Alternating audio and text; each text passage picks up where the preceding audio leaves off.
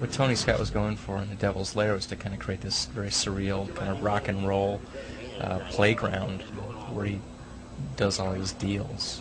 I'm the best plagiarist in the world. I stole a lot from performance. I stole a lot from the idea of the words in the Robert Johnson song, Crossroads, and which was on the original script. So it's a combination of everybody sitting around this table and pooling their ideas and saying, wow, that would be interesting, that would be interesting. But there wasn't once that anybody ever said, we've got to pull back. That was a first, that was the most interesting and the most funnest part of this ride. It could kind of be sort of all very just ridiculous, but the fact that James Brown, you know, we're running around yesterday with fluorescent tubes, and I'm sort of touching up Clive Owen, and James Brown's on stage behind us singing Sex Machine. So I don't know, it gives it. I'm not quite sure what it gives it. James Brown was singing, and so I just got into the music, decided to strut. Just take it up in the moment.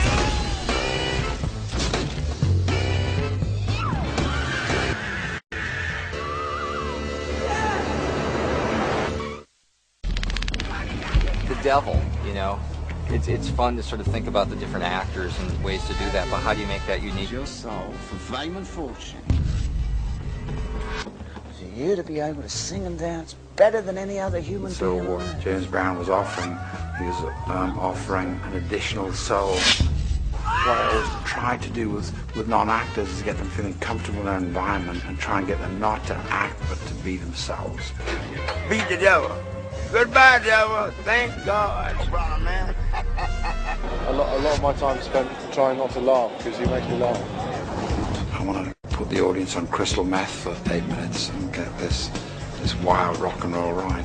What I get off on is doing something which stretches me and pushes me into new territory.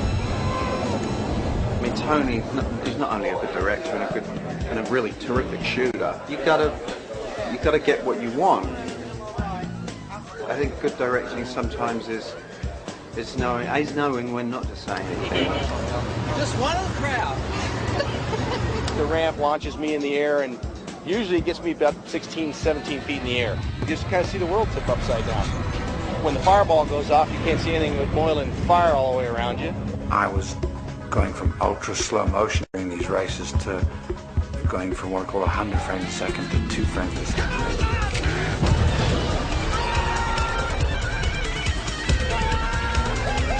It takes a special kind of arrogance, James, to march in here, glass half empty. Yeah, they're very integral in both Ticker and Hostage, but in mine he is more Martin Sheen and Apocalypse going down this insane river. It's got to be interesting for Clive, too, to sort of keep his character working with so many directors. There'll be 8 different directors sort of also adding their interpretation to Clive. I think this idea of these short films, these stories, is super.